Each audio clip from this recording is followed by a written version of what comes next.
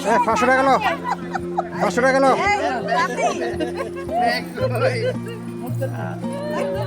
হাত দিয়ে লইছি নি